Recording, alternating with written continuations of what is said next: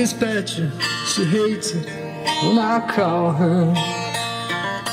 I'm eating chicken broth, 2 cans for $1. I gotta beg for my fuel.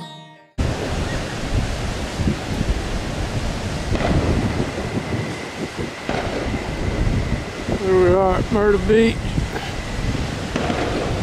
watching the shoot off some fireworks.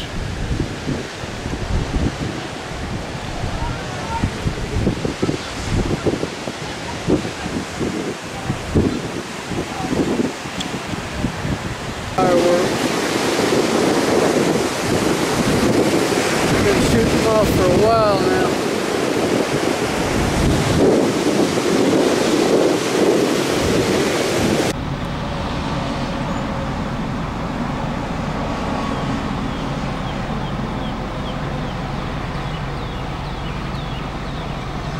Check out that number right there.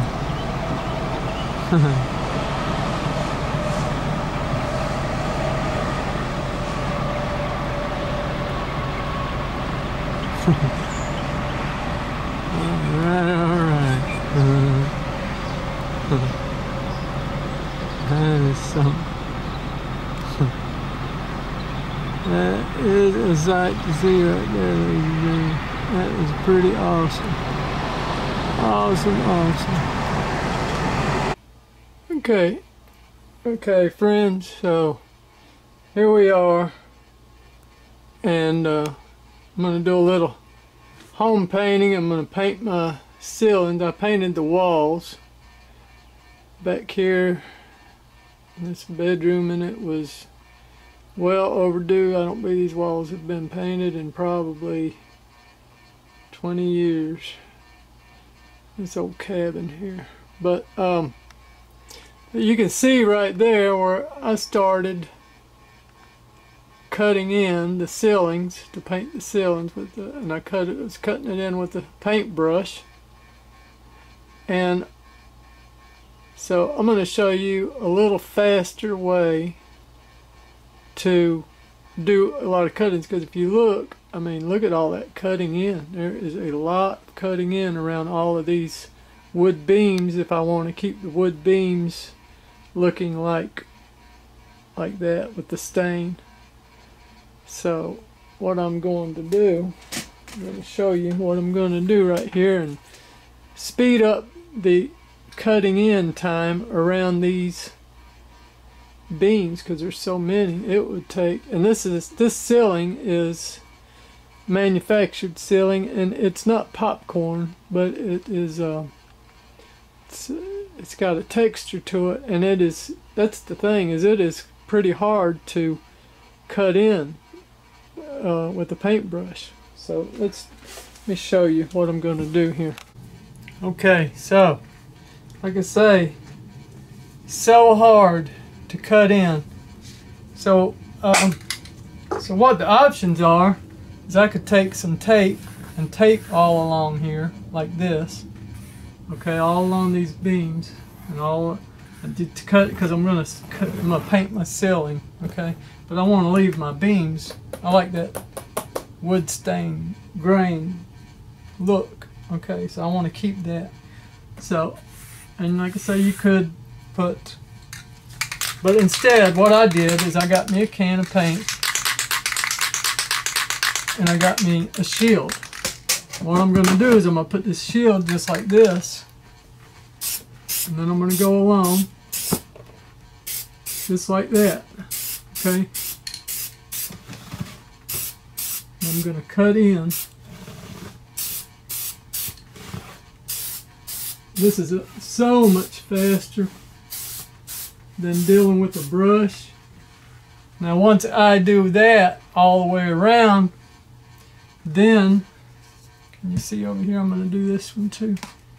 And once I do this, then I'll take my roller. Then I can take my roller and finish the rest of it. But that is a whole lot faster I mean 1 gazillion times faster than if I was doing this with a paintbrush, okay? So, I hope that helps somebody. Let's see. I hope that helps somebody along the way. And the shield is a whole lot cheaper and a whole lot faster than if I were to go along here with paint tape and tape up all these beams. That would take a minute. This way, it's one shot, I'm done. Okay, I should get me some gloves. I'll probably go get me some gloves. I got some gloves. I'll get me some gloves, and that way the spray paint won't get onto my hands either. And then I will go and back, like I say, with the roller. All right. So I hope that helps somebody.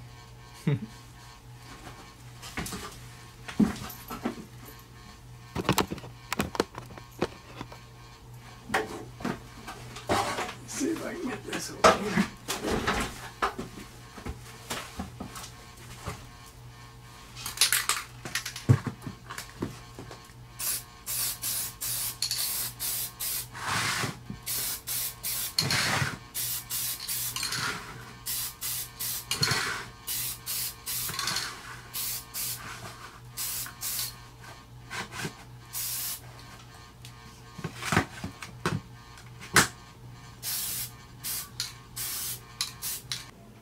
Okay, here we go, friends.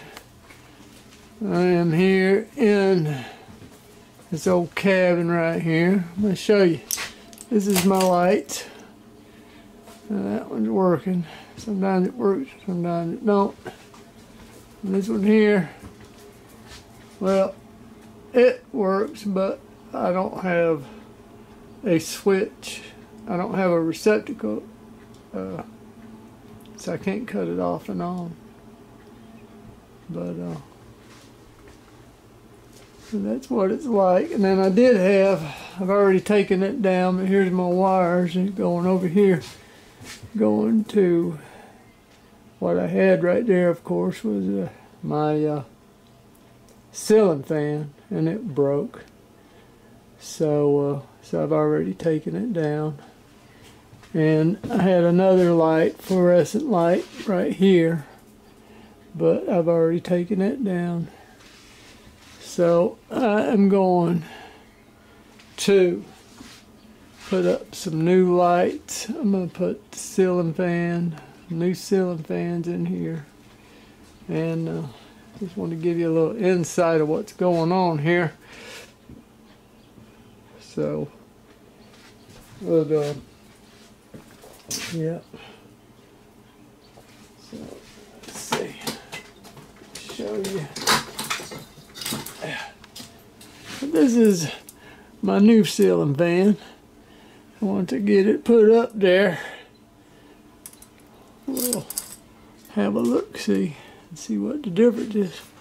Now, what I'm thinking about doing is I may just possibly put one ceiling fan there and then replace that with the same ceiling fan, just like this one, because this is a 44-inch. Okay, so I might even just get 3, put one ceiling fan here, one there and one there. I don't know. I'm kind of undecided right now. Do I want to go with 3 ceiling fans or one ceiling fan and 2 new fluorescent lights? I don't know. I'm still decided. Decisions. Pray about it and sleep on it. Pray about it and sleep on it. Okay. I think that's a good decision. I like that decision. Okay, friends. So here we are. I have got myself into a predicament where here's the new situation going around. The landlord has decided that they have control of what you have in your vehicle. So they gave me a fine for having stuff in the back of my pickup truck, and told me to remove all of it immediately or face more fines. So what I did is I went and got myself a camper shell, and this is it right here. Now I found this on Facebook Marketplace, and actually they were giving it away, first come first serve, so I went and got it, and got a little bit of trouble. Well, the first thing is, see, it don't match the color of my truck, so you see right here I sprayed a little bit. I did this as my handiwork, and I just wanted to see how close that color would come to my truck, and it comes pretty good. Now what this is appliance paint, epoxy appliance paint, and actually paint that you use on your vehicle is the same thing. It's epoxy. Okay, so so if your vehicle is white, if you're doing something like this, that would be an option that you may consider. Go to the store, Lowe's, and get you some epoxy paint, appliance epoxy paint, and it usually only comes in two colors, white and black and white. But now I have taped this one up already, and that's what I'm going to do to all of them. I'm going to take me some painter's tape and tape around each window. Okay, now what I had to do, because the structure of this, first of all, I'm not sure if this is even a Chevrolet shell or if this is a Ford or something else, but I'm going to make it work. So what I had to do is I put some 2x4s underneath, and I secured it, because if you look closely, even right there, it's cracked. So it has a crack in it. So I went along and got me I got a 2x4, and then I went along and put screws all up and down. You can see up there, I'm going to have to tighten them down a little bit. My drill started losing power. So, and then I'm going to do this other side the same way. Okay, and it will, I'll put screws all along down through there as soon as my drill charges up a little bit better. And here is the driver's side. As you can see, I did the same thing over here. I put a little bit of epoxy paint, and I just wanted to see how close that color would come to my truck so that I could change the color. Now I'm going to sand it down lightly, sand it down a little bit, get all this residue off of there, and wipe it down just like I did in the previous video where I painted my back door, front door. So yeah, let's get busy doing all that. I've got a little bit of work to do. I'm going to make it happen today.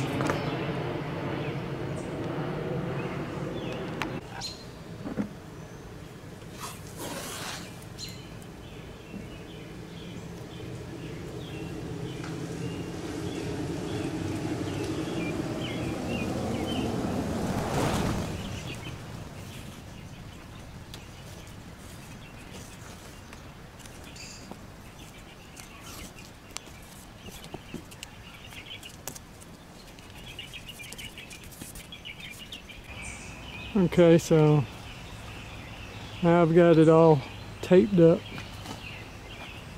All that blue on my blue tape right there, just like that. Now what I'm going to do is I'm going to take me some 80 grit paper, okay, and I'm going to sand down all this.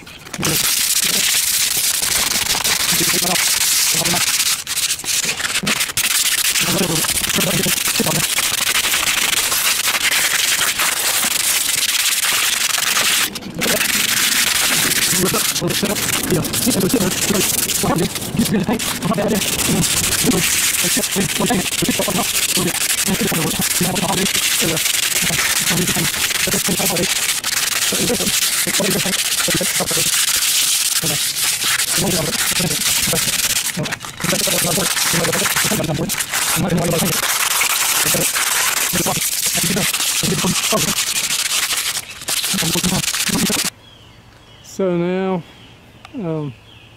you can see I have sanded it all down very lightly with the name brand of the denatured alcohol. I don't think it really matters as long as it's denatured alcohol. It's all about the same, I think. I don't know, but I'm sure as anything, some are better than others.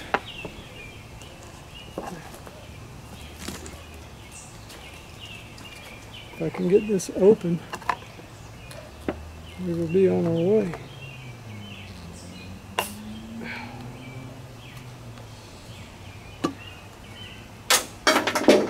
And denatured alcohol, unlike paint, it don't go bad. And paint can go bad after it sits for too long, or if you let it sit out in weather.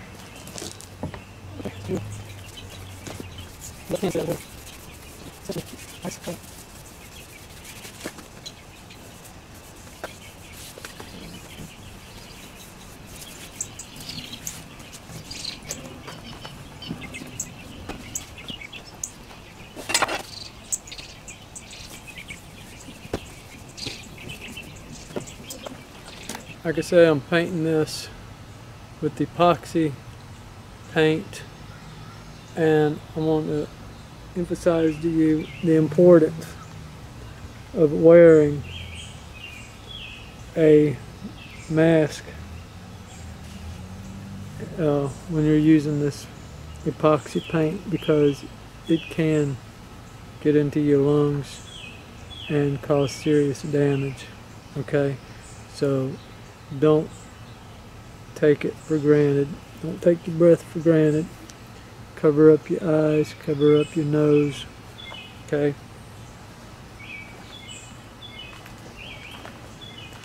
Epoxy paint is, there have been people that it has locked up their lungs, clogged up their lungs and killed them. Especially when you're using it indoors, okay? So that's very serious stuff here. But what I'm using is epoxy paint. Here we go.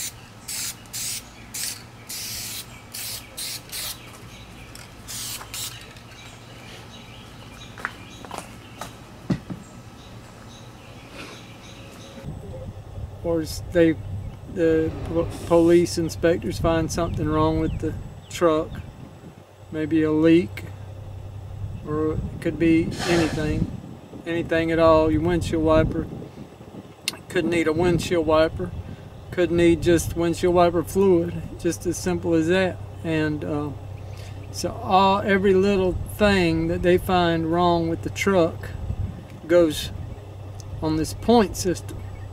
So just pretend, I'm not sure exactly how many points it is, but let's say you're low on windshield wiper fluid, it's 10 points. And what happens is these trucking companies, after they get 100 points, that's pretty bad. Okay, that's when when they get up to 100 points, the more points they have, the more they go on to the DOT's radar. Okay, and then the DOT has them on their computer as a dangerous trucking company. That's kind of the way it works. The way it works both ways. The CSA score does not really count towards drivers as far as the federal government goes, but the individual trucking companies hold it against the drivers. Okay, and so that's what happened to me recently, because right now I just drive a company truck. I sold my trucks a long time ago, a few years back. So he's going over, he set me down, and he says, you know, one more point and I'm gonna have to get rid of you. I got 60. Oh well, you know, most of the points I got was points on the truck. You can't prevent the police. If you're driving a tractor trailer, the police do not need an excuse to pull you over. Like, just by you driving a tractor trailer is their excuse, and them wanting to inspect your truck is their excuse. So a lot of people say, well, they got to have an excuse to pull you. Well, that is their excuse, you know. I mean, it's not like you have to be speeding. Their excuse could be, I just want to check your truck. I'm going to give you an inspection right here, right now. So, yeah, so I am on very thin ice right now. Might be looking for me a unemployment check pretty soon. Because the police could pull me over today. And I can't stop him from writing up this truck. If he feels that it needs a tire, if he feels it needs a little more antifreeze, a little more, if he don't like the way my windshield wipers looks, any of that, he can write it up. And then I will be out of a job. But now when you go to a new job, they can ask him what was his CSA score there while he was working for you, I suppose. I don't know, but I don't know if you're allowed to ask that or not, but that's just how it is. That's what is a CSA score, and how does it affect the drivers, and that's exactly how it affects drivers and how it affects companies. If you are thinking about going to work for a trucking company, one of your questions might be towards them, what is your CSA score? If it's a high score, I passed up a job like that about 8 months ago. I passed it up, maybe almost a year ago. I thought I was going to go to work for them. Oh, I was going to love it. And then I got over there, and he started talking about his CSA score was over the top, flipped upside down, and I said, oh my Lord, have mercy, I'm going to be pulled by every dead gun DOT officer that spots my truck. And then on top of it, they had cameras in the truck looking at you every time you grit your teeth. They had audio, and they had audio and video, so they wanted to hear every thought you had, and they wanted to see you every time you blinked your eyes. And I said, you know, I don't need that. I don't need that. You don't need to know my every thought and everything that comes out my mouth. And you don't need to sit there and watch me and Google over me every time I blink. Now that is a mean looking cloud right there. Look at that, Mama Jama. Check that out. That don't look nothing no nice, does it? That does not look pretty. That almost looks scary looking, dadgummit.